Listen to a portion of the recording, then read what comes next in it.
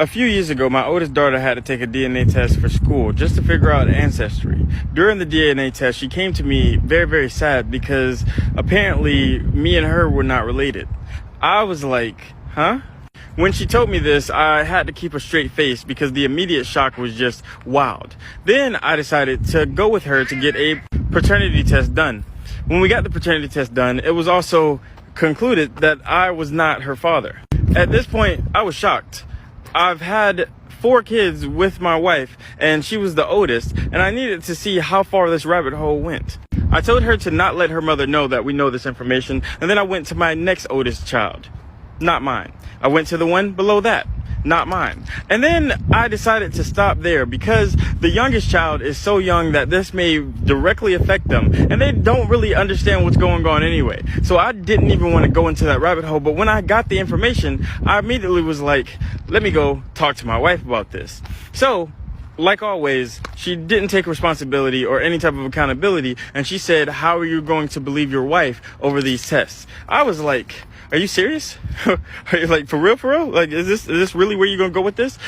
Then she starts crying profusely and saying it was only one time. I didn't mean to do it. And I was like, it was only one time.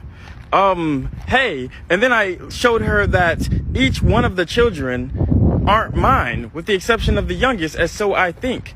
That's when it dawned on me that it was one time, multiple times. And then when we looked, each one of the children had different baby fathers. And somehow that made it even worse because it wasn't just one person you was cheating on me with. This is a habitual thing with multiple different people that you probably don't know about. And I'm taking care of their kids. They're my kids. They're my kids. I've raised each and every one of them from a super young age. And they stood by me through this whole situation. But to think that she's not who she said she was, because up until that situation, I thought we had a great marriage. I thought we had a great life. I thought everything was going good. I thought that we were building together and already have built together. She is a stay-at-home mom that works on things that she wants to do. She takes care of the kids. She cooks. She cleans. She does everything that's needed inside of the relationship with me. Yet she didn't tell me that she wanted to go outside of the marriage. She didn't tell me that she wanted to do anything. Anyway, after finding out the information and getting her side of the story, I let her know I would need a couple of space. So I had rented a hotel for a couple of days, and I stayed in it.